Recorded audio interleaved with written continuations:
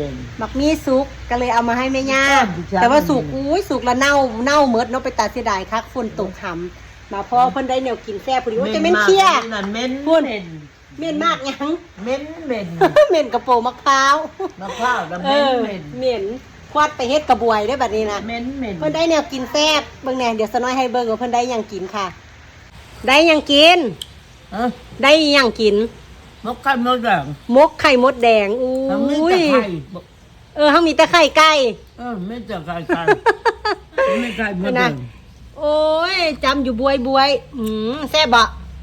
แซ่บอยู่บ่ใช้ไข่มดแดงซอกหาไข่มดแดงก็บ่เห็นโอ้ยมันบ่มีไข่มดแดงซ้ำกินหมกไข่ไก่ไข่ไก่เอาไข่มดแดงน้อยเนาะมันเป็นไข่ฟากบ่ป้าพงษ์เป็นไข่ฟากไข่น้อยมามกกะห้าบ่พอเลยเนาะยามนี้มันก็จะอึดเลยไข่มดแดงนะฝนตกเนาะพุ่นนะแซ่บอยู่บ่แซ่บอยู่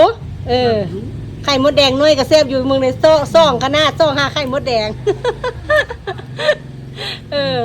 กินจ้ำหมกไข่มดแดงเห็นแต่ไข่ไก่เพิ่นว่านะเพิ่นเคี่ยขนาดซอกหาหัวหอมนะหัวพักหัวหอมแนวกินแซ่บเพิ่นได้กินหมกไข่มดแดงกินกับข้าวเหนียวเพิ่นได้นะจกจนเป็นโกนไข่มดแดงบ่ก่อนเป็นเลิศไข่อยู่แซ่บบ่แซ่บหลายแซ่บหลายได้กินแนวแซ่บหมกไข่มดแดงกับผู้เฒ่าบ้านนอกก็แซ่บคักแล้วยามนี้ไข่มดแดงก็เริ่มอึดแล้วได้มันแซ่บอันนี้หมกนึ่งเนาะอันนี้เพิ่นเฮ็ดหมกนึ่งคันหมกใส่ไฟน่ะมันแซ่บเพิ่นว่าหมกใส่ถ่านก็เดี๋ยวมันก็ยกมันต้องหอมไข่เขาหมกให้เพิ่นเขาเฮ็ดหมกนึ่งเพิ่นว่าบ่แซ่บซ้ำใส่ตอนมักเผ็ดได้น่ะตอนมักเผ็ดเด้อไม่กูกินเนาะกินมักเผ็ดหน่อยนะแล้วพอแห้งเนาะน้ำตาคูยาวๆมาเด้อพี่น้องเด้อมาจ้ำหมกไข่มดแดงนำแม่ย่าเด้อมาเด้อมาเด้อเอิ้นพี่น้องกินได้ละเนาะอันนี้กับมักเผ็ดบ่ใส่บ่แม่นอันนั้นน่ะไข่อันนั้นน่ะกินหมกไข่มดแดงใส่ไข่ไก่ไข่มดแดงน้อยกับใบห่าแต่อันไข่มดแดงเขาหมกใส่ไข่ไก่ให้เพิ่นกินเนาะหมกใส่อันหมกนึ่งบ่ได้หมกใส่เตาถ่านบ่หอมเพิ่นว่านะแม่นได้เนาะมันต้องหมกใส่อันเตาไฟน่ะสิหอมแต่มันน้อยเนาะจักจะไปซื้อหยังสิไปซื้อหยัง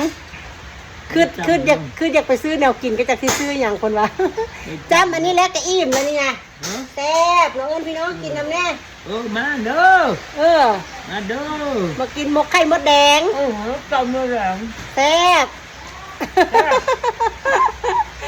มากินข้าวจ้ำไข่มดแดงนำกันนะพี่น้องเด้อจ้ำนะแม่พี่จ้ำให้เบิ่งอีกได้แบบนี้นะคุณแซ่บหลายบ๊ายบายพี่น้องนะบ๊ายบายกินข้าวกันเด้อให้แม่ย่ากินข้าวสักก่อนค่ะ